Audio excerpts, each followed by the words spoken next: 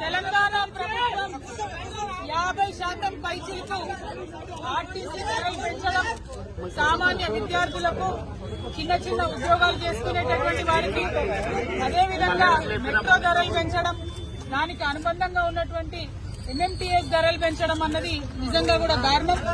ఎందుకంటే ఆదాయ మార్గాలను పెంచుతామని చెప్పి, ఉద్యోగాలు ఇస్తామని చెప్పి, అనేక కళ్ళబొల్లి మాటలు చెప్పి అధికారంలోకి వచ్చి 18 నెలలైనా కూడా ఆ కార్యక్రమాలు ఏం చేయకుండా కేవలం ఇప్పుడు మళ్లీ సామాన్య ప్రజల మీద భారం వేస్తూ ధరలు పెంచడాన్ని మేము చాలా తీవ్రంగా ఖండిస్తా ఉన్నాం.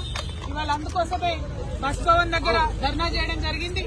ధర్నా చేసిన ప్రతిసారి మమ్మల్ని అరెస్ట్ చేయడం కాదు, ఈ ప్రభుత్వానికి, ముఖ్యమంత్రి గారికి మేము డిమాండ్ చేస్తా ఉన్నాం, మీరు ప్రజల ఆదాయ మార్గాల్ని పెంచండి, ఆర్టీసీని కాపాడేటటువంటి ప్రయత్నం చేయండి.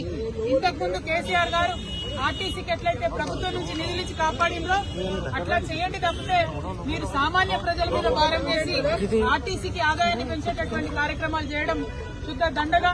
దీనివల్ల ఆర్టీసీకి లాభం లేదు, ప్రజల మీద భారం పడుతుంది, ఇబ్బంది పడతారు.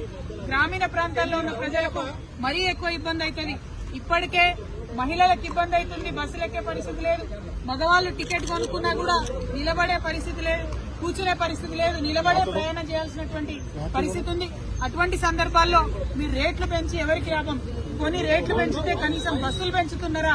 ఒక సీట్ అన్నా ఉన్నదా కూర్చోవడానికని టికెట్లు కొనే ప్రయాణికులు ప్రభుత్వాన్ని ప్రశ్నిస్తున్నారు. అవేమి చేయకుండా కేవలం మీరు రేట్స్ పెంచడం చాలా దారుణం. ఈ వైఖరిని మేము ఖండిస్తున్నాం. మీ రేట్లు తగ్గేంత వరకు కూడా మేము ఉద్యమిస్తామని సందర్భంగా తెలియజేస్తా ఉన్నాం.